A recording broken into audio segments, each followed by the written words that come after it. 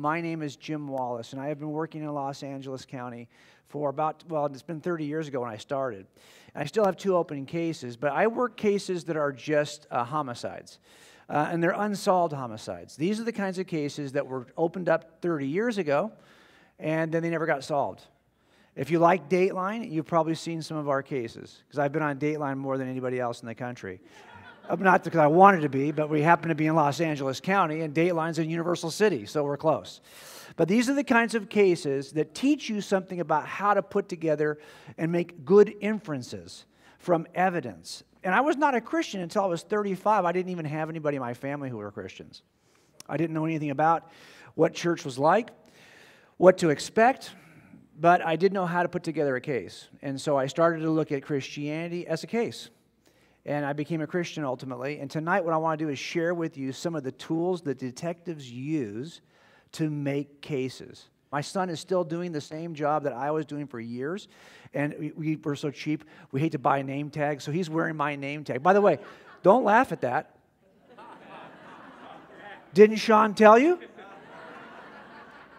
Now, his name is Jim Wallace, okay, so he can wear my name tag. He's wearing basically the same uniform I wore. He's using the same tools I wore before him. Of course, if you were in the 80s, you had to have a really cool mustache like that. Okay? And I was using the same shirts and name tags that my dad used before me, because there he is, the same name tag, same shirt, same agency. If you called our agency since 1961, there's been a Jim Wallace to answer the phone. We have been there that long, 57 years. Now, a lot of what I talk about, I write about. Thank you very much. I write about this stuff on a website called Cold Case Christianity. I am not here, believe it or not, I never trusted as an atheist Christians who are selling things. Now, God's got a sense of humor because now I'm a Christian who's selling things, right? Because I have books. But that's not why I'm here, and I'm going to provide you with a bunch of free resources. I'll give you the link at the end. So this video, the long version of this talk, all the stuff we're going to do in the next 2 days, I'm going to send those to you as videos, okay? So you don't need to take comprehensive notes if you're not a note taker. If you are, and that helps you learn, take good notes. But I'm going to send you this stuff. Now, yes, we wrote about it in books. I actually have a phone app for this, so you can go online, and everything that's offered on our website is available for free at the phone app. If you want to ask me questions later, probably the best way is through social media, because I'm on every platform there is. Now, a lot of what we're going to talk about comes out of a book that I wrote called God's Crime Scene. But tonight, I'm going to teach you from a different book, from this book, a book that really is going to be talking about how to work death scenes. As a matter of fact, before we do anything, I'm going to teach you to be a good homicide detective. We're going to do a little bit of Death Investigations 101, okay? Are you ready? In order to have a death investigation, we have to have a dead body. So we're going to show you a dead body. I'm sorry. Are you ready for that? You ready to go? You don't ask a homicide detective to come to an event if you don't want to see a dead body, all right? So here's a dead guy laying face down. He looks suspiciously like my son, Jimmy. Do you guys have Trader Joe's in Ohio? So you know nobody would ever kill a Trader Joe's employee, right? We would starve at our house if there was no Trader Joe's. But now, how do I know that this is a crime? It may not be a crime, because there's lots of ways to die. Only one way is criminal. Not every death scene is a crime scene. How do I know if it's a crime scene? Well, you have to make a list in your head. 2 lists, both that begin with the letter E. One list is going to be of evidences. Now here, I do have some evidence so far. After all, I've got a dead guy laying face down. That's not bad. Not a bad start. So I can make a list of all the evidence in the room. I'll put it over here. And I can also make a list of all of the explanations for the evidence. That starts with E also. That's over here. So now what do I have so far on the evidence side? Well, I have 2 things. Dead guy laying face down. That's it. How do I explain dead guys laying face down? Well, there are 4 ways to explain dead guys laying face down. He might have died by some natural cause. He might have died accidentally. He could have committed suicide. Or he could have been murdered. The question is, which of these is the best explanation given the evidence I have so far? Are there any explanations here, now given what I know, are there any explanations here that I can cross out? Just cross them out. They're not reasonable anymore. Suicide. Well, if he intentionally took, by the way, we have, I think we have Maria and Dee who are doing the signing, okay? So if I talk really, really fast, they cannot keep up. So I'm going to talk so fast tonight, there's no way they can possibly keep up. Lots of technical words, forensic science words. There's no way you can keep up. Are you tired yet, Maria? No. She's okay. I'll get Dee next. Okay. So now I think look, if he intentionally killed himself by taking too many pills, he would look like this. If he had a heart attack, he would look like this. If I poisoned him with too many pills, if he accidentally took too many pills, he would look like that. Do you see how right now I cannot cross out anything? All of these explanations are not just possible, they're all equally reasonable. Let's change the scenario. What if he's a dead guy laying face down, but now he's in a pool of his, what are you grimacing for? I haven't even done it yet. You got the look on your face like you don't want to see what's coming next. I haven't even done it yet. I haven't even explained it. He's just going to be in a pool of his own blood, center torso. That's not so bad, right? Okay, so now we've got to add this additional piece of evidence. Can I cross out any of my explanations? What can I cross out? Yeah, I mean, is it possible this is look, if he had an aneurysm and he hits the deck and he bleeds out through his nose, it still would not be around his body, it'd be around his head. Where's a natural place in your center torso you can bleed out? I mean, it's possible, but it's not reasonable. We're going to cross one out. The other three, though, I think are still in the game, right? Because I got to kind of roll them over and see what the injury is before I can tell you if I can cross out anything else. Agreed? Is this the weirdest talk you've ever heard on the existence of God? Let's change the scenario. He's a dead guy laying face down in a pool of his own blood. He's got a single gunshot wound, center torso, and it's an exit wound coming out of his back. So we have now a few things we can add to our evidence list. A bullet hole is an exit wound, and a single gunshot. The gun's on the ground. Can I cross out anything?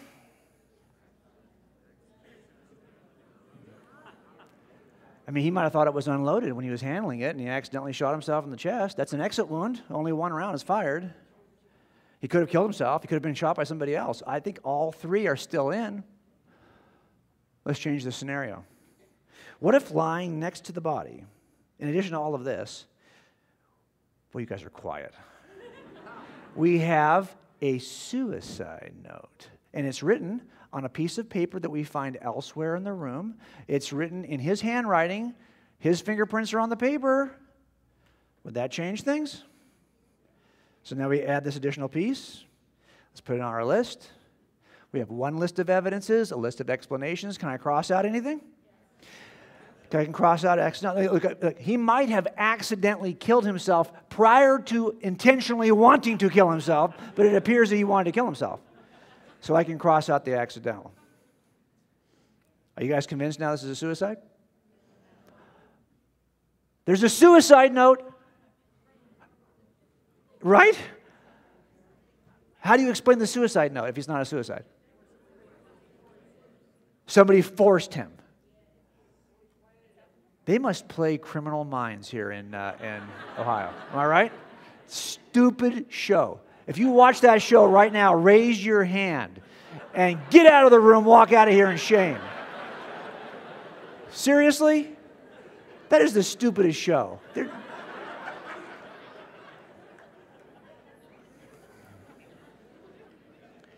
You think it... Okay, let's go back to our scenario. What can I do to convince you? Okay, how about this? Just to change the scenario slightly. What if we examine that note and it's not in his fingerprints, it's not on his paper, it's not a pen we can find anywhere else, it's not his handwriting, it's got unknown DNA, unknown skin cell transfer, unknown fingerprints on the paper. Now it'll change. How about this? What if he had multiple gunshot wounds? And they were all not exit wounds, they were all entry wounds on his back. What if there was bloody footprints leading out of the room? Do you think that would change things? You can tell this is a California murder right here. That's the beach out there. That's Malibu. They're going to go surfing afterwards. So we got to add these additional things. Now we have multiple entry wounds, not exit wound. We have footprints and bloody and foreign fingerprints on the note. We'll put those all on our list real quick. And now do you see how I really have to kind of rule out? It's kind of hard to shoot yourself multiple times in the back and then walk out of the room in your own blood. So I can cross this out. And now I've got a good, reasonable inference. This process of comparing explanations to the evidence in the room to decide which explanation is the best inference is called abductive reasoning. Abductive reasoning. We do this at every crime scene, every death scene to determine if it's a crime scene. We ask jurors to do this. Which explanation is better, the prosecutor's explanation or the defense attorney's explanation? So we do this all the time. There's also something else we did here which you might not have caught. So I want to explain it to you in a simple way. This is a process of logical reasoning in death scenes that I call inside or outside the room. Inside or outside the room. Here's how it works. If I can explain everything that's inside the room by staying inside the room, it's probably not a murder. Make sense? Let me show it to you a little more graphically. Let's say we have this is all reduced down to a room that's actually a box. Now we're going to play this game, inside or outside the room. If I can explain the stuff that's in the box, in the room, by staying in the room. So for example, if I said, okay, there's this note, but you know, it's in his fingerprints, his handwriting. That paper is a pad of paper that's just a few feet away on the table. It's a pen that's also more pens just like that in the room. I can explain that note by staying inside the room for the explanation. He wrote it. Doesn't even need any help. It's only got his fingerprints on it. And if somebody said, well, yeah, you know, that's his gun. He keeps it in a safe in the room. He's had that gun for 10 years. He loves that gun. And it's registered to him, and he's got the only fingerprints or any kind of skin cell transfer on that gun. Well, now I can explain the gun by staying inside the room. It's his gun. And anyone can shoot themselves once without any help, right? He can do that by himself, alone in the room. If I can explain everything we see in the room by staying in the room, it's going to be one of these three explanations. Now, clearly, it's not going to be a natural, but it'll be one of these two. Are you with me so far? Now, if I have to switch it, though, and I cannot explain the stuff that's in the room by staying in the room. So, for example, if I said, well, yeah, you know what? That's not his fingerprints. That's not his handwriting. That's not his paper. It's not his pen. I don't know whose fingerprints are on that note. It's not his. I got to go figure out where that came from. And if I said, okay, well, I talked to his family. He's afraid of guns. He doesn't own that gun. He's never owned a gun in his entire life. This guy is anemic to guns, okay? And sure enough, it's got no skin cell transfer from him. It's somebody else that's on that gun. Now I got to go figure out whose gun it is. And, you know, it's kind of hard to shoot yourself multiple times in the back by yourself and then walk out of the room in bloody footprints. Clearly, I've got to go outside the room to explain the stuff that's inside the room. And when this happens, it shifts to homicide. Why? Because now we've got a good reason to believe that we've got an intruder. And intruders change everything. Intruders are the very thing that turn death scenes into crime scenes. Make sense? And if you had some sense of curiosity about how somebody could accidentally kill themselves or why they would kill themselves intentionally, I'll tell you what, once you know you have an intruder, your sense of curiosity needs to change into a sense of urgency. Because there's one show out there that actually does pretty much capture what we do. It's not as exciting as Criminal Minds. It's called The First 48. Have you ever seen it? Yeah, I mean, it's kind of like boring. You know, it's like some guy with the camera following around detectives doing their job. But if you don't solve it in the first 48, it gets hard to solve. As a matter of fact, that's why when I started a case from 1970, good luck. That's why it's cold. That's why they're unsolved. Now, I started thinking, though, as a guy in his late 30s who was looking at the evidence for the first time about the New Testament, about the resurrection of Jesus, about the possibility, the reasonable expectation that God could enter into the universe and work a miracle on the resurrection. And I didn't think it was possible. But I thought, could I take this approach that I use at every death scene and use it to examine the evidence for God? In other words, what if the scene is not a homicide scene, but the entire natural universe? Can I explain everything that's in the room by staying in the room?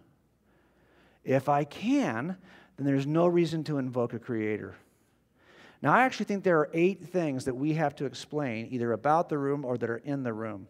And everyone has an obligation to explain these things. And the answers are only going to be in one of 2 places. They're either going to come from inside the room or outside the room.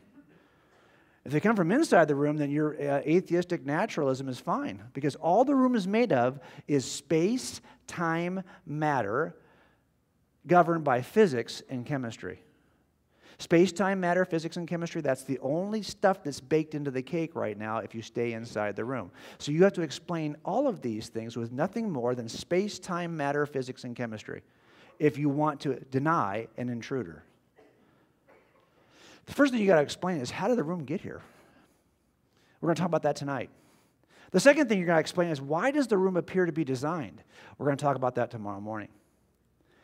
You also got to talk about how life originates in the universe from inorganic, dead matter. That's a problem that everyone's got to solve. And we've been doing origin of life studies for about 60 years. And we're not any closer now. The more we learn, the further we are from an answer. And then you got to explain why biology also appears to be designed. Now, everyone admits this. Even Richard Dawkins, the famed evolutionary biologist, will tell you that biology is the study of things that appear to have been designed for a purpose. But he denies they actually were. But the appearance of design is not controversial. You just got done talking about the existence of soul. Well, forget about souls for a second, because a lot of people don't believe in souls. But do you believe in minds? Consciousness? This is why this is called the problem of mind amongst naturalists, because it's a problem to explain. How does nothing exist, and then suddenly something pops into existence called mind? And if you do have minds, it means you have free agency. Dennis talked about this a little bit. If you're just a material brain, then all you have working are things called event causation. In other words, when a domino falls, it falls against the next domino. This domino has no choice in the matter. If it's fallen against, it must fall. That's event causation. Agent causation says, I'm not going to fall. Nope, I'm not doing it. I'm a free agent. I say no. Nay, nay, I'm not going to fall. But if we're just molecules, if we're just brain matter, then your neurons are firing. And Sam Harris, who Dennis talked to you about, he's a neuroscientist and a philosopher, and he doesn't think you have a mind. And he doesn't think you have free agency. Dennis talked about that in the last session. But also we have to talk about, well, are there objective, transcendent moral principles? And we have to talk about the thing I'm going to do my breakout tomorrow, which is the problem of evil. If you think that God exists, doesn't this kind of eliminate, though? This is kind of like the alibi that the agent has, because if there's an all-loving, all-powerful God, there should be no evil. If there's evil in the universe, something's wrong with your definition of God. We'll talk about that tomorrow in the breakout. I want you to see, though, that 2 of these are entirely cosmological. That's what we're going to talk about tonight and tomorrow. 2 of these are biological. 2 of them are mental, and 2 of them are moral. 4 different kinds of evidence, 2 in each category.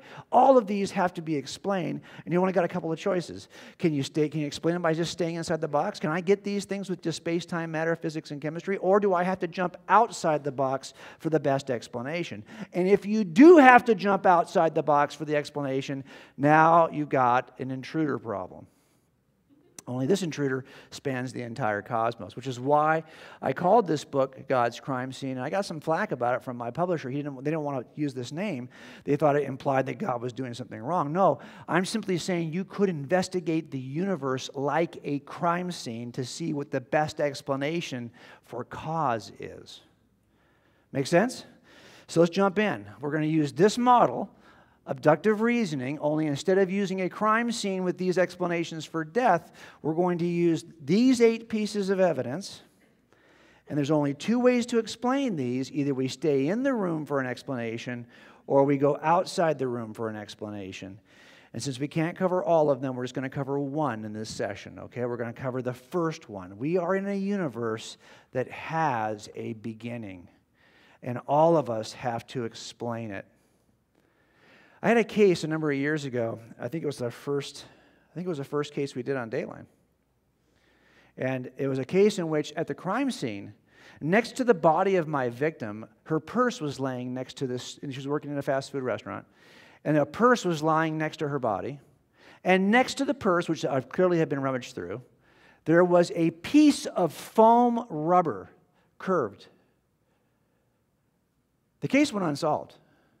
But when I opened it years later, I think about 15 years later, I looked at the crime scene photographs and I saw that piece of rubber sitting on the floor next to her body. And I said, we've got to explain that. That to me does not seem to fit. It's like with that old game on Sesame Street. Which one of these things is not like the other?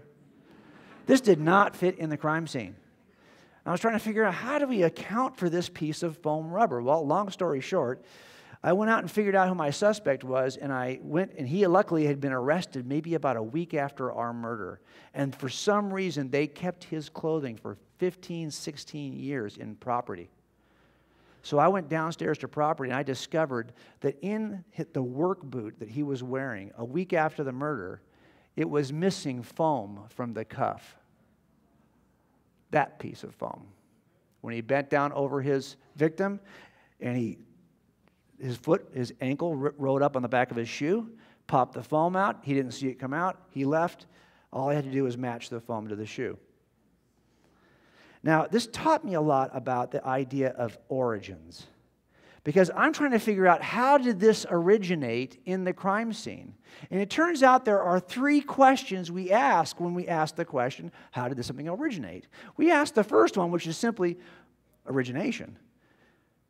How long has that thing been there? Because if that thing was there before the intruder even came in, if that foam was just laying on there because it came out an hour and a half before it got placed there, then it doesn't belong to my suspect. It's of no use to me. I need to know, how long was that thing in that crime scene? 2, I have to look at the second question. What or who caused it to enter the scene? And 3, why? What's the behavior? Why did the evidence appear in the scene at all, and does it tell us anything about the suspect? These are the 3 questions we ask when we see any piece of evidence in a crime scene. This is just standard police protocol. Make sense? You could ask the same questions about the universe, and we could start with this first one, which I think is the most important one. And that is, how long has this thing been here? See, for a long time, people thought the universe was eternally old. It had always been here. Like Carl Sagan says, all that ever is, all that ever was. Is that the case? Well, we now have good evidence, good scientific evidence that shows us that the universe has not been here forever into the past. It has a beginning. As a matter of fact, there are actually 6 or 7 good lines of evidence that point to the fact that the universe has a beginning. This evidence is so strong that the idea that the universe came into existence from nothing is now the standard cosmological model, although there are some people who deny that still. That is still the vast majority of cosmologists, astrophysicists, accept this reality. As a matter of fact, Alexander Vilenkin, who's at Tufts University, says it this way: with the proof now in place, cosmologists can no longer hide behind the possibility of a past eternal universe. There is no escape. They have to face the problem of a cosmic beginning. Why is that a problem? We'll see in a minute. I think Dennis mentioned Roger Penrose, and you know who Stephen Hawking is. Almost everyone now believes that the universe and time itself had a beginning at the Big Bang. Now, you hear that word Big Bang, and a lot of people in the church are like, oh, I don't believe that stuff. Big Bang, I don't believe that's that atheist stuff. No, actually, the Big Bang is intriguing to me as a Christian. This idea that everything had a beginning has to be explained. And this term we use, called the Big Bang, is really just a term we're talking about, that everything has a moment of cosmic singularity in which everything we see in the universe leaps into existence. And when I say everything we see in the universe, I'm talking about everything. This doesn't bother me. It doesn't bother me that there's a Big Bang, right? Because if there's a Big Bang, well, every Big Bang requires a Big Banger. I just happen to know who that is. Right? So I'm not uptight about this idea that science demonstrates that everything leapt into existence from nothing. I'm not upset about that at all. And when I say everything from nothing, what I mean is everything, space, time, and matter, comes into existence from nothing. And that means that whatever starts that cannot be made up of that stuff. You cannot create yourself. That means I'm looking for a big banger that is not made up of the stuff of the universe, because that's what begins to exist at the beginning of the universe. Those elements do not exist prior to the beginning. That's what all science demonstrates. That means I'm looking for a non-spatial, non-temporal, non-material big banger. Think about it. If the stuff in the room is space, time, and matter, I'm already outside the room for the first explanation. Right? So I want to just dispel you of your nervousness about Big Bang cosmology. The standard cosmological model is indeed called the Big Bang Theory. And what I mean when I say that to you tonight is that I mean that the Big Bang Theory equals one important truth. Everything came from nothing. All space, time, and matter came from nothing. Are we on the same page so far? Here's what I don't mean when I say that I believe in the Big Bang. I'm not saying that I believe in the theory of evolution. These are two completely different theories. One theory talks about the origin of the universe. The other talks about change over time in the universe. I can accept this and reject this. Lots of people do. I can also reject this and accept this. Lots of people do. These are not the same thing. Make sense? Also, I am not suggesting that because I believe in the Big Bang, that I believe that the universe is a particular age. How long ago did that happen? That's open for discussion. We can argue about that. I have no problem arguing about that. But that's not what the Big Bang Theory is I'm talking about. I'm talking about the Big Bang cosmology argues for one overarching truth. Everything came into existence from nothing. And I think you and I, we agree with that. That's called Genesis 1. So are we clear so far on this? So I have stopped kind of resisting. You want to bring on the Big Bang? Bring it on. Now, as I said before, there are several lines of evidence that point to the same thing. If you want an evidence or a demonstration that God exists, how about this?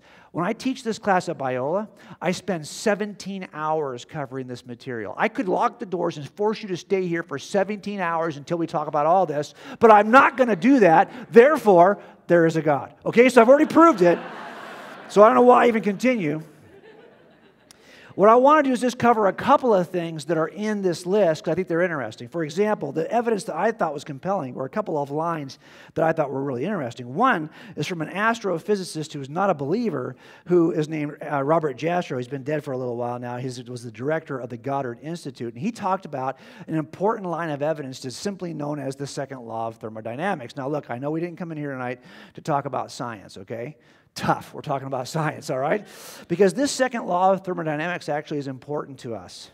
And what it really means, and I'll read it to you, is while the quantity of energy within a closed, isolated system, like the universe, remains the same, the amount of usable energy deteriorates gradually over time. In other words, the usable energy is irretrievably lost. It's lost. And as it is lost, increase of disorganization and randomness occurs. Chaos increases.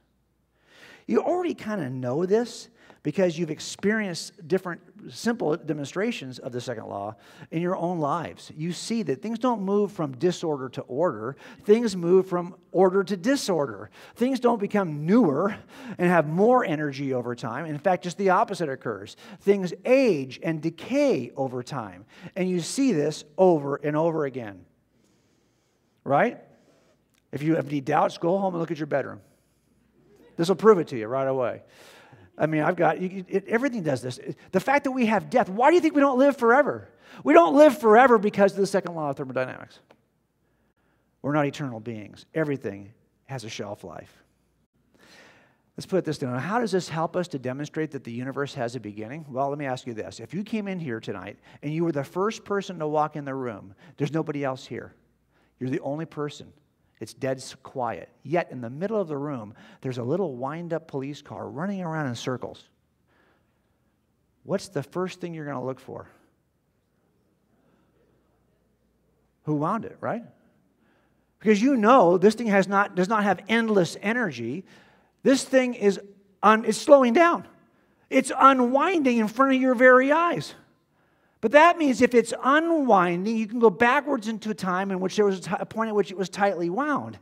The fact that the car is running out of energy in front of you demonstrates that that energy had a beginning. Make sense? Well, we're in a wind-up universe that is winding down in front of our eyes, which means if you run it in reverse, we know it's got a beginning in which it was tightly wound. Does that make sense? It's the simplest illustration I can possibly give you for this. Also, though, we know that the universe is expanding, and we know this through the work of many people, but one of which you know probably the best is Edwin Hubble, who in his telescope started to kind of capitalize on concepts that others had discovered, and he noticed something called the law of redshift. Now, what he noticed is if you're looking and measuring light spectrum of distant objects in the galaxies in the universe, if those objects are moving in one direction, they give you one type of light shift. So, for example, if they are coming toward you, they bend toward blue in the light spectrum. If they're moving away from you, though, they bend toward red. And as he looked out at the universe, he realized that things are bending toward red. In other words, things are moving away from us. The universe is expanding. And why does that matter? Well, think of it this way. If we had a balloon and on there we drew galaxies, as this expands, you're going to see that these are going to start moving away from no matter where you are. If you're here, if you're here, if you're here, if you're in the middle of this whole thing, no matter where you are, each point of data is moving away from you. Make sense? That's what we're seeing. Now, why does that matter? Because let's run the clock backwards. That means there's a point in time in which all these things were tightly condensed. And from that point of cosmic singularity, everything is expanding. So between this and the second law of thermodynamics, we have two good reasons to believe that we are in a universe that is expanding. And therefore, it has a beginning from which it expands. Does that make sense? Let me give you a third thing. It's called radiation echo. I love this because the people who actually discovered this discovered it by accident. Their names are Arno Penzias and Robert Wilson. They built this marvelous satellite dish out of wood. Is that awesome? Here they are years later in front of the same dish. I thought it was pretty cool. They actually got a picture of them. They discovered they were hearing this background noise as they were listening to the universe, and they were trying to get rid of the background noise, and they had asked their friends, what do you think is causing this background noise? And someone said, well, hey, look at your dish, man. It's pretty dirty. Got bird poop all over it. Why don't you clean your dish? So they cleaned the dish. They could never get rid of the background noise until somebody said, well, wait a minute. Maybe that noise is not an artifact of your satellite dish. Maybe that noise is something that's really in the universe. It is. It's called cosmic background radiation. We've now, since this time, launched satellites. Here's one, Kobe, not Kobe Bryant, but Kobe, the cosmic background explorer, who this satellite now has actually photographed the background radiation of the universe, and it's pretty uniform across the universe. There is background radiation noise, heat, in the universe, this radiation echo.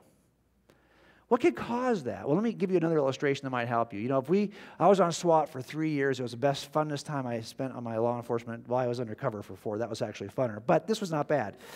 And if we had somebody who was a barricaded suspect in a room, well, we knew if we were going to just charge through the door and try to get that guy, we're probably going to get hurt because he's going to see us coming.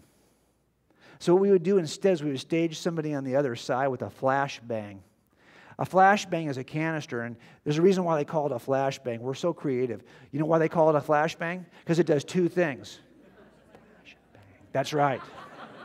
That's right. So what you do is you get this guy staged with his hand grenade, basically, and he throws the hand grenade in through a window, and then it's going to explode. And as soon as it explodes, guess what? We're going to rush him from the other side because we're going to have his attention diverted to the noise of the flashbang. And what we discovered when we got inside the room here almost all the time is that once you get in that room after that bang, like your ears are ringing. There's dust everywhere. There's still heat in the room. Why? Because this explosive moment of the flashbang has got a couple of seconds of linger. Follow me? This is what we're seeing with cosmic background radiation. From that singular event of the beginning of the universe, we still have radiation in the universe, which is the afterglow of the singularity. Does that make sense? And we can measure it. And we've tried to explain it any number of ways. The best explanation is it's like a flashbang. It's still there. So now you've got 3 lines of evidence. Let me give you a fourth. This might cause you to stretch a little bit. This might explain how you might have the beginning of space and matter, but how do we explain the fact that we believe we are in a universe in which time also began at the beginning? Really? Time has a beginning? Yeah. You hear that expression all the time, before time began. But they're actually, it's kind of hard to say that because can you use a word temporal, a word like before, if there's no time to measure before with? But the point is, I want you to look at it this way, like a racetrack. This is called the law of infinite regress. Imagine you're on this racetrack, and I put you at the starting line, and I say, okay, get ready, all of you. We're going to have a race. This race is wide enough, the track's wide enough that all of us can run simultaneously. Wouldn't that be awesome? Some of you in this room are really fast. Some of you are pathetic old people like me. I can tell you who's who. I can see all you people, okay? I can tell you who's probably going to win and what losers are in the room. I tell you right now, I can see you, okay? If you've got gray hair, I'm sorry. You're going to come in toward the back. I know. This is the way it is. That's me too. Now, if I put you on that track and I said, we're going to run to the end of that track, there's a finish line, and the first person to get, but we're not going to, there's no curve. What if this racetrack went off into the distant woods out there? It went off infinitely. What if that was the track we had? It went off infinitely past the finish line and infinitely past the start line. It's like an infinite racetrack. That's what you're standing on, at the starting line, and you're getting ready. You put your blocks in the ground. You push them down, put your little, you're set, you're good. You put your feet in the blocks. You're ready to take off. I get my starting pistol up in the air. I'm ready to start your race. You ready? Get set. Stop. I'm not going to go. I want you to do me a favor before you start. Everyone back your blocks up 6 inches. Really? Yeah, just do it. Okay, you do it.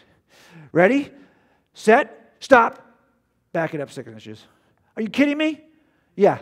And then every time that I'm about to start the race, every time, rather than let you get started, I tell you to stop and move your blocks back 6 inches. I never let you start. I make you move your blocks back infinitely. Are you ever going to get to the finish line? Think about it. Are you? No. If there's no start to the race, you're never going to get to the finish line. What if the finish line is just today? If there's no start to the race, you don't get to the finish line. And if there's no start to time, you can't get to today. The fact that we are at today demonstrates that there's a beginning to time. Are you with me on that one? Law of infinite regress. We know we are in a universe in which space, time, and matter has a beginning. So here's our diagram. We didn't even talk about helium, which we could, or mathematics, which we could. I just want you to see the case is, remember Dennis talked about a cumulative case? When we do these in front of juries, they look like this. They are cumulative cases built on several lines of evidence that all point to the same conclusion. Now look, people will say all the time, well, Jim, I don't know. I don't know. I just don't think. How do I know that I hear objections all the time. And by the way, atheists do not like the idea that we have a beginning to our universe. They are working hard to get rid of the beginning. Because if there is a big bang, there's a big banger. We've got to explain what that is. And the big banger has to be non-spatial, non-material, non-temporal. So it's already starting to sound like God. So they've offered other alternatives. And they're all lame, okay? Now, when I hear defense attorneys try to offer alternatives, I can see where they're going to go wrong. They always go wrong in one of the same three ways. Always. All defensive mistakes from defense attorneys make a mistake in one of these three categories. One, they do something that's not supported by evidence, or they redefine a term, or they just have a logical contradiction. And all three explanations, all 4 or 5 explanations I see for the universe that are trying to explain it from not being God fall for one of these same 3 reasons. Let me show you what I mean. One explanation is, hey, couldn't we just be in a universe that's been expanding eternally? Okay. Could it just be that the universe is cycling between expansion and contraction, like a heartbeat? And we just happen to be on the expansion side right now. That's one possibility. Couldn't it just be that the universe is part of a larger environment that's eternal? And our universe is a part of a larger collection of multiverses. Now, the first 2 would keep us inside the room for an answer. This one here, if you're in a multiverse, well, then you have a multiverse generator. That's something that's outside of space-time, and you're outside the room to get this multiverse generator, something that generates a number of universes. But all 3 of these explanations would eliminate God.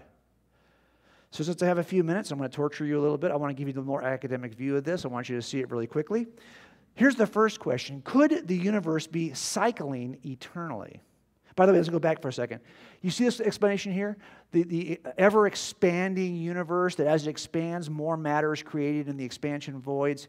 They have, for the most part, have walked away from that. There's no serious scientist who believes that anymore. So I'm just going to skip it and go to the ones they actually do believe, which are this one. Is it cycling eternally? This is something that Einstein kind of believed. Let me give you the model. The model looks like this. Imagine that instead of this being an expansion universe from a point in the past, what you have is over time, from all of eternity past to all of eternity future, the universe has been shrinking, pulling back from gravity, singularity, eventually slowed by gravity, back a singularity, back a singularity, and so over time, it gets large, then gravity pulls it back, singularity, large, gravity pulls it back, singularity. See what's happening here? This is one way. Now, we just happened right now in history to be at a point where what we're seeing is the expansion period. If we were over here, we'd be seeing a universe that's shrinking. That's the argument. Make sense? So we happen to be on the expansion side and not the decrease side. Now, one of the problems with this was discovered by another scientist whose name was Richard Tolman. And he said, wait a minute, the second law of thermodynamics, that's not going to work. Here's what he meant by it. What he meant was, okay, if I start here, all right, you may happen to see this thing is growing. You're at a point of growth, but you have less energy as time goes by. And so the next bounce will have less energy in it, and therefore the growth will be higher, and it'll be a longer distance between the next crunch and a higher arc before the next crunch. Why? Because energy is dissipating. But if you run that in reverse, it means it's going to get tighter and tighter and tighter and tighter and tighter in the past, and you're still stuck with the beginning. Follow me? So he would argue that even in this kind of cyclical universe, you're still stuck with the beginning because of the second law of thermodynamics. But a bigger question is, do you think it's really true that there's enough gravity, enough matter in the universe close enough in proximity so that gravity would ever really pull it back? That's the argument. The argument is at some point it slows because of gravity and it pulls back. The problem is the science doesn't demonstrate this. This researcher from Notre Dame, he's talked about it in several writings. His name is Peter Garnovich, and he says this: we cannot make much of a conclusion. By the way, they're making this by looking out at the universe, at other supernovas. And he says, we cannot make much of a conclusion from a single farthest supernova we've seen, but when we average it with several others, here's the money line, we find to a 95% level of confidence that the density of matter is insufficient to halt the expansion of the universe. In other words, this could never happen anyway because there's not enough matter in the universe for gravity to slow its growth. So this whole idea of an expanding and collapsing cyclical universe doesn't work. Well, maybe it's part of a larger eternal environment. In other words, by the way, lots of people think this. You've got Alexander Vilenkin, who believes in a multiverse, and he's got theories about this. And then you have a guy who maybe you're familiar with, his name is Lawrence Krauss. And Lawrence has been in some trouble recently, but he is an ASU, Arizona State University, a quantum physicist, and he's got some theories also. These are the most popular theories out there. I just want to cover them with you. You guys have heard of multiverses, right? Here's the idea for how multiverses come together. They're saying there's a quantum environment in which universes pop into existence from nothing at a very small quantum level.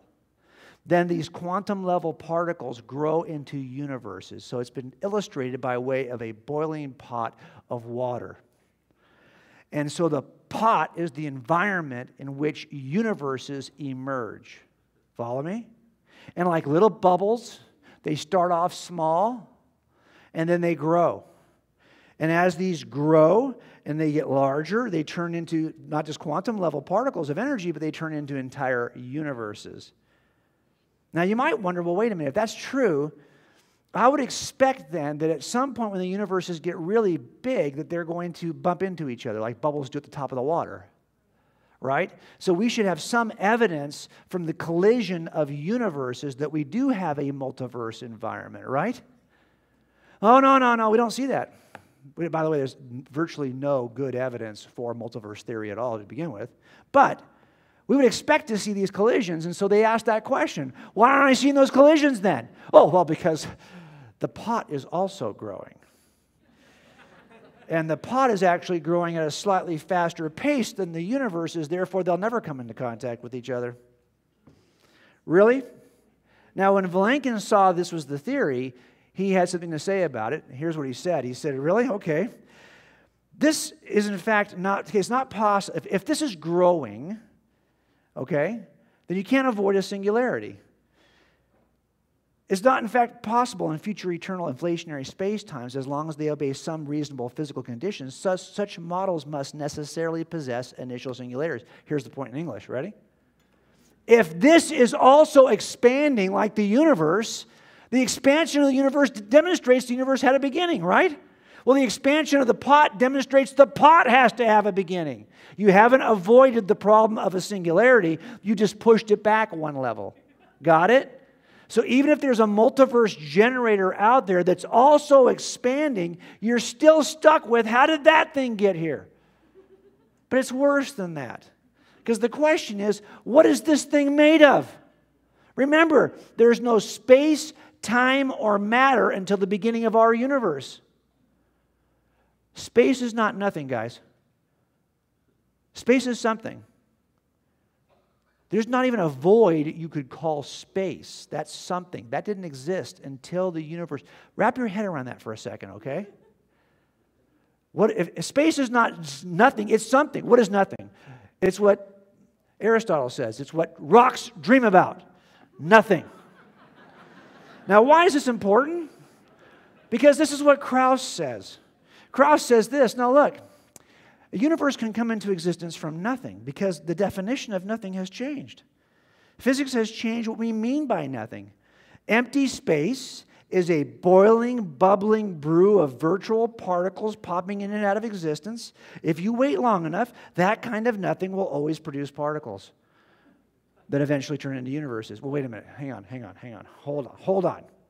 We're trying to explain how all space, time, and matter came into being from nothing. And here's what Lawrence says. He says, well, if you start with empty space... No. Lawrence, we're trying to explain where that came from. He says, well, if you start with that, and then you get some virtual particles popping...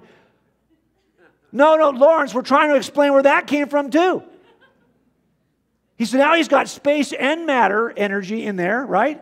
And then he says, get this, if you wait long enough, so now you've got time too. So basically he's saying, hey, if I got space, time, and energy, I can get space, time, and energy. Duh! I know that. Yeah, you just redefine what nothing is to suit your purposes. That doesn't work. You guys have all done this. I know you have. Remember when you were a kid and you go home and you open up a refrigerator at your mom's house and you see in the refrigerator, you're starving. It's after school, you're starving. And this is her refrigerator? What's the first thing you're going to say? There's nothing to eat in here. Why? Because you've redefined nothing.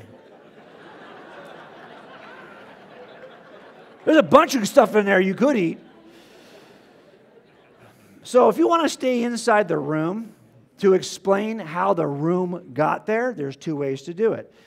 You could say that there's some way that I could either redefine time or somehow it could be expanding. I can answer questions in the Q&A if you want to go more on that. But the problem with that, of course, is it requires you to redefine something. That doesn't work. Or you could say we have some oscillating growth and expansion and contraction, but that's not supported by the evidence. The third option is a multiverse theory, but the multiverse theory does not allow you to stay in the room because that multiverse generator is outside the room. So if you're going to go this way, you're going to have to jump out of the room. Now, the problem with that, of course, is you've already said to me that I believe there's an external cause for the universe. Okay. But your cause is somehow got space, time, and matter. But we know that doesn't exist. My cause is not spatial, temporal, or material. It actually fits the evidence. Your cause doesn't anymore. Because he's doing that little trick. That little trick where he uses this language, but then he steals space, time, and matter. Right? Yeah, if you have all that, you can get it. On the other hand, if there's an all-powerful, non-spatial, non-temporal, right, non-material, personal being that could create all of this outside the box, that explains everything. And it fits the evidence. It fits the physical evidence. So again, here we are. We started with this inside or outside the box view. And I told you that, remember, that intruders are the things that turn death scenes into crime scenes. And I told you also that you have to take that sense of curiosity you have and shift it toward a sense of urgency, which is why I spend so much time traveling and making this case in front of church groups who are not yet ready to make the case to others. You are the last line of defense. You should be able to make this case. And you should see a certain level of urgency. Now, look, I didn't talk about all this stuff, but I actually think that the best explanation for all of this is outside the room. Now, I will tell you this, too. If you're going to, I get to a death scene, and I get there, right, and there's a dead person on the floor, I actually can tell you something about the suspect before I ever meet him or her. And I can tell you that just based on the evidence in the room. So, for example, if somebody is killed, he's shot at a 7-Eleven or an AM, PM, what do you call those out here? Just like a gas station, a mini-mart, okay? And he's shot and there's money missing from the teller, from the bank, from the cash register. He's been shot twice, okay? If the same guy is killed in his bedroom, stabbed 70 times in the groin, two different kind of suspects, would you agree? Which of those two suspects knows my victim personally? Hey, that makes a big difference. Because if I'm looking for the guy who shot him at the gas station, that's all of us are suspects. If I'm looking for the guy or the gal who killed him in his bedroom by stabbing him in the groin 70 times, that's a much smaller pool of suspects, agreed? One of those cases is easy to solve, the other one's not. I learned something about suspects just from the evidence in the scene. And that's true here too. I can draw a suspect profile. By the way, we've not talked about anything in Scripture. That entire book says nothing from Scripture. You can make a case for the God of the Bible without ever opening the Bible, because this evidence is going to give you a suspect description. I have to explain those 8 pieces of evidence. Only one kind of suspect can explain those. My suspect is not Mick Jagger, right? He's been arrested several times, if he's still alive. But he can't explain the evidence, because the suspect I'm looking for is something that's non-spatial, non-temporal, that is purposeful and driven. He can create intelligently, can communicate and create life with DNA and the genome, that can actually design and be the designer behind the design we see in biology, who designs and creates in its own image other beings that have minds and free agency, who is also the standard of all righteousness by which we judge anything as moral, including the absence of certain acts that we would judge as evil. That's the kind of suspect I'm looking for. And this dude does not get it done. Of course, there is a suspect who would meet the criteria. Now, there's a case I did a number of years ago where this man killed his girlfriend. He was 27 when he killed her. He's 63 when I prosecuted him. We had several lines of evidence. We had some eyewitness statements. We had some behaviors he, as a young man, did. We had some physical evidence at the crime scene. And we had some statements he made. These are very different lines of evidence, and that's why the case was so strong. 2 of these are simply eyewitness statements.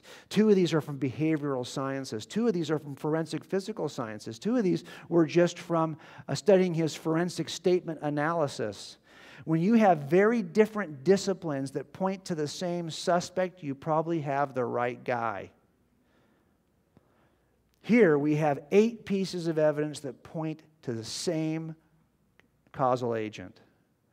And they are in 2 are cosmological, 2 are biological, 2 are mental, 2 are moral. These are very different disciplines, and very different kinds of scientists are used. These are astrophysicists and cosmologists. These are molecular biologists and microbiologists. These are ethicists, ethicists over here at least. These are neuroscientists and philosophers. These are ethicists and philosophers. All of these people are pointing to the same kind of suspect. That's not a bad inference from evidence. Now, by the way, I will tell you that defense attorneys will try to knock this down. And I know how they're going to do it because I happen to deal with it all the time. They're going to say, Jim, I can think of other explanations for this.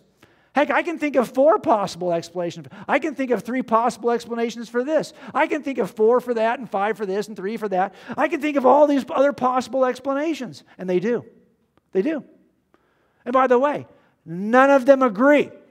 So this guy says, this is my explanation for the beginning of the universe. This guy says, you're wrong. This is the right explanation. This guy says, you're both wrong. That's the right explanation. And by the way, whatever explanation you're using for this, none of those are available over here. So I need this amazing, crazy array of unrelated coincidences. Now, there's another way to explain this evidence. It might just be that all the same evidence could be explained by one causal agent. One causal agent that gets all of it done. Not this crazy set of unrelated, unlikely explanations. No, just one explanation that would unify all of the evidence. Which is more reasonable? Now, you've heard Hawking spent his entire life trying to find a theory of everything that would unify quantum physics to macro physics, to classic physics, Newtonian physics. He died without being able to do it. I'm here to tell you, I've discovered the theory of everything. It's God. That's it. It's God. And this is what we're talking about in this book called God's Crime Scene. Okay, now that being said, we're running out of time, so I want to be respectful of your time. I wanted to show you, this is the one shameless plug I'm going to make tonight for the entire weekend. So when I first started doing this, I just wanted to kind of make a case for, number one, for Christianity. That's called God's Crime Scene. And I want to make a case for God's existence. That's called Cold Case Christianity and God's Crime Scene. And finally, I realized that a lot of churches, a lot of us as Christians, do not think we need to make the case for anything. Why do you need to make a case for anything? You just believe, right? I needed to write a book that made a case for making the case. And that's called Forensic Faith. And of course, we've got kids' versions of all 3 of these books. The kids' versions for this book comes out in about a month. That's my dog, Bailey, by the way. And the kids' versions have an online academy that you can actually take. And if you take the academy and do all the materials on the academy, you can send me your picture and we post them to hold in their certificates of graduation. So, yes, everyone go, aw, together. Ready? 1, 2, 3. Aw, that's so sweet. Now, for you guys, here's what I want you to have. And we got books here, and I'm happy to sign a book. But what I want to send you is the long video that explains all 8 pieces of evidence. Got it?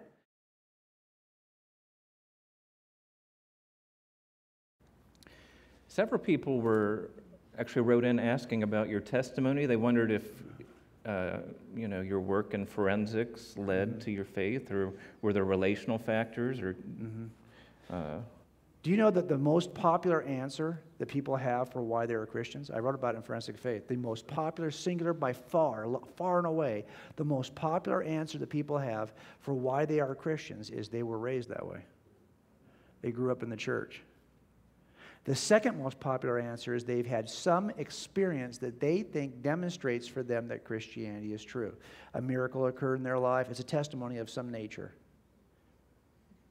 The 2 most popular answers for why Mormons think Mormonism is true: raised in the church.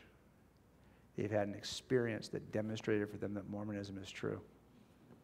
Now, you don't think Mormonism is true, and you're right, it's not true. But your story sounds like theirs. Our story sounds just like theirs. If that doesn't lead them, look, you may have had an experience that led you to truth, but your experiences will not keep you from error. They haven't kept my family from error. So what really matters is this true? Now I'm going to tell you my testimony.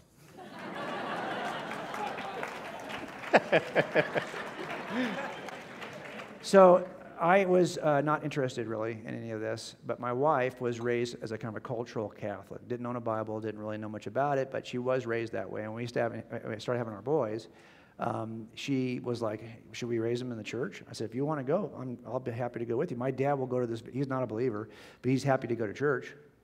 He loves living in a country that has a Judeo-Christian foundation. He thinks that this is a very useful delusion. Seriously.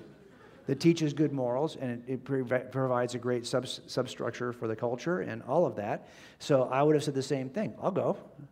Doesn't have to be true for it to be useful. So I was willing to go. But the first time I stepped foot in that church, that sneaky pastor, he pitched Jesus in a way that I could catch him. He simply said that Jesus was the smartest man who had ever lived. He said a bunch of other things too, but that's what I remember. So I thought, is that true? He said, oh yeah, all of Western culture has been grounded on the moral teaching of Jesus, really out of 2 sermons. Those 2 sermons changed the world. I'm like, really? So I bought a Bible. And as I'm reading through the Bible, it has the texture to me of eyewitness statements.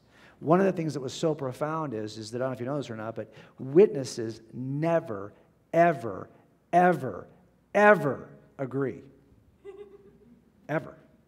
It could happen 5 minutes ago. They're not going to agree. There are going to be variations in their testimony. So the first thing we'll say when we go, I'm responding to a crime scene, I'll tell the dispatcher, hey, are there police officers are there, right? Yeah. Have them separate the eyewitnesses. Well, why do we? That's the only instruction I give before I come to a crime scene. Separate the eyewitnesses for me. Well, why? Because if you separate the eyewitness, if you don't, I'm going to get there. They're all going to tell me the exact same thing because they've been talking to each other. That's not of any use to me. I want there to be variations that I get to figure out because in figuring out the variations, you get the most robust puzzle you put back together. Make sense? So the fact that the Gospels were not unified precisely in every detail was like, well, I had the ring of truth for me. So I started to examine them as eyewitness. And we're not talking about that in my talks, but that's what cold case Christianity is. It's really the case for the eyewitness reliability of the Gospel authors. I think they're reliable. And then I was stuck with this dude who came out of the grave. What do you do with that guy? I'm weird. If you come out of if you walk out of the grave, I'm probably going to listen to you. Yeah. So that really changed everything for me. That's how I became a Christian. Huh. So, not much to it, really. And what I worry about, though, is I do worry that our testimonies, look, we're in a world right now where we are so absorbed with personal experience that testimonies are the highest order. And then what happens is you came to faith because somebody told you they had this great testimony and that you had some great testimony. And then that leader that you followed for years falls. The one whose testimony was so pivotal to you is now no longer walking with God. And then you're like, wow, if the whole thing is built on the transformational power that we hear about in testimonies and then somebody falls, no, it was never built on that. I couldn't care less what your testimonies are. All I care about is what happened and is that true? That's all I want to know. Not what happened to you. I don't care what happened to you. What happened to Jesus of Nazareth? If he came out of the grave, I don't care if you believe it for 10 minutes and you run off and do 5 murders. It doesn't change whether or not Jesus came out of the grave. If there's good reason to believe that happened, your testimony is irrelevant. What matters is this true? So I'm concerned that we're in a generation right now where all we want to hear about is our personal story. Look, I don't want to shake the tree too hard here if this is how you've been doing it. But for me, as a skeptic, I don't care about your life and story. Am I the only one who's like that? Maybe. I'm the guy. Maybe I've been handling dead people too long. Yeah, right. I was going to say. That could be it. I'm building a profile here. I know, right? Jerk is one of the things you'll see in that profile. Second question.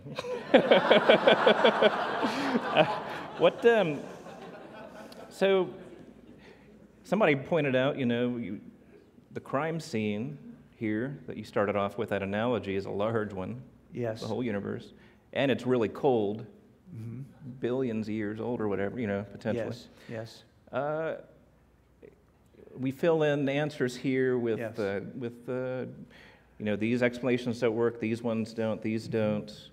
And so you've put God in the gap there. Right. Mm-hmm. So several were bringing up that this sounds like a God from the gap argument. Okay. So let me go back to this for a second.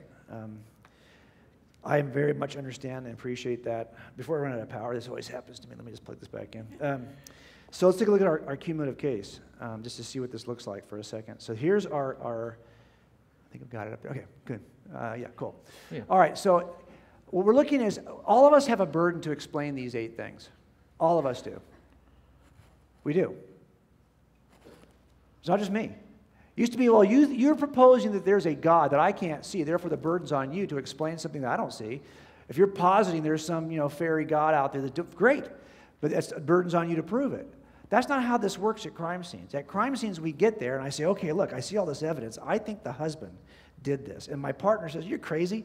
Her sister did this. Really? Okay, well, I'm going to give you the 5 reasons, the burden that I feel I bear to demonstrate that the husband did this. But you have an equal burden because you think those same pieces of evidence point to the sister. Okay, great. You have that burden.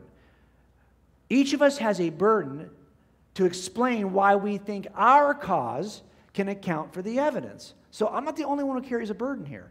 I have a burden. I think that a spaceless, timeless, all-powerful, immaterial, personal first cause can explain this. By the way, most of my friends who are atheists, we don't disagree on much. We all believe we're looking for a timeless, immaterial, non-temporal first cause. The only question is it personal or impersonal? That's it. Is it some law that is impersonal that causes all this to come into being? Or is there I think that the burden then is, if you think you can get this with space, time, and matter, show me. No problem. Oh, you've got like 2 theories that don't work, but you still think it's just space, time, and matter and physics? Science of the gaps. Works both ways. Your explanation is not working, but you still want to run with it. Okay, I get it. You just think, hey, this is what they typically will say too, by the way. This is not uncommon. I get it, Jim. We can't explain how life in the universe began, but we will eventually. How is that any different than I can't explain it, but I'll ask God later? It's the same exact approach. No, I looked at your explanations for this. They stink. Okay? But if you're committed that it has to be without a divine intervention, that's just science of the gaps. It's that you refuse to go to anything. Look, this, I think, points to personhood. Remember, if there are objective moral truths, like it's never okay to torture babies for fun, those aren't just moral claims. They're moral obligations. We feel objective, transcendent, moral obligations. Now think about that for a second. I am not morally obligated to inanimate objects made up of matter, physics, space, and time. I'm not morally obligated to this chair. It's impersonal. Impersonal object, I have no moral obligation to it. But a person who's sitting in the chair, I have a moral obligation to. If there are objective, transcendent, moral obligations, who is the objective, transcendent, moral person I'm feeling obligated? You're not obligated to physics or space or time. But you know there are certain moral obligations. The better explanation is a first causal agent that is personal. This isn't God of the gaps. It's reasoning to the most reasonable inference. To deny personhood in the first cause is science of the gaps. You can't explain this otherwise. You can't explain that. You realize that at least Sam Harris is an honest atheist. He says, yeah, you don't have free will. It's an illusion. Do you guys think that your free will is an illusion? If so, you're not really thinking right now, because you can't have rationality without freedom. You've got to consider 2 options and freely choose which one you think makes more sense. But if you can't freely choose the options, you're just destined to believe me or destined not to believe me. It was predetermined. You don't believe that. Sam Harris does believe that. Then why write a book, Sam? You trying to convince me? What's the point of that? I can't be convinced. I can't be changed. I can't change my mind. I either agree with you or I don't. See my problem? So I would say, no, it's not. It's a God of the gaps to infer this. The same burden is on the other person. Then it's just science of the gaps if you don't. What it really comes down to is this the best explanation, best inference from evidence? All right, last one. And I'd appreciate if you stayed in your seat this okay. time.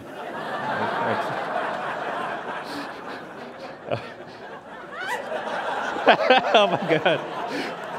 I've got witnesses.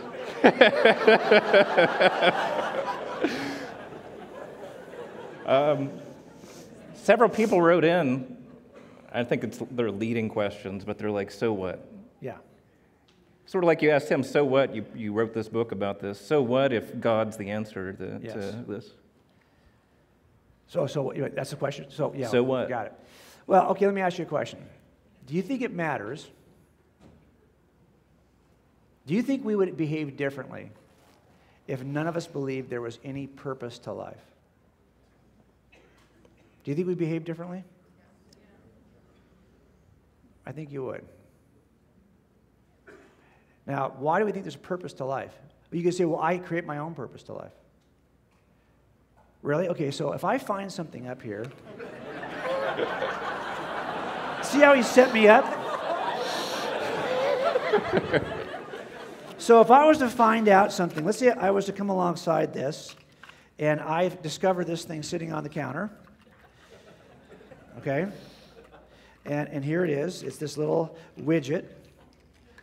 So here's a little widget here. It's sitting here. And I'm finding out on the counter. I'm like, dang, what is that for? What is the purpose of this widget? If you didn't know the purpose of this widget, honestly, you didn't know, but you wanted to find out tonight what the purpose of the widget is, what would you do?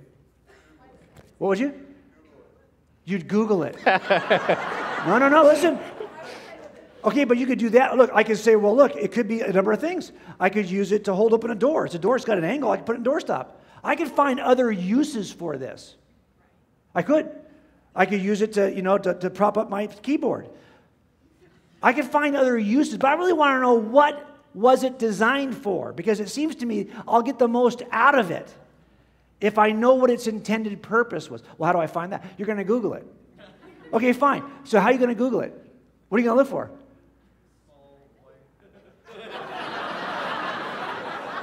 What if I told you that there was a manufacturer on the side? You type this in, right? Okay, fine. So now it turns out what you're thinking is that the best way to discover the purpose of this widget is to ask the manufacturer.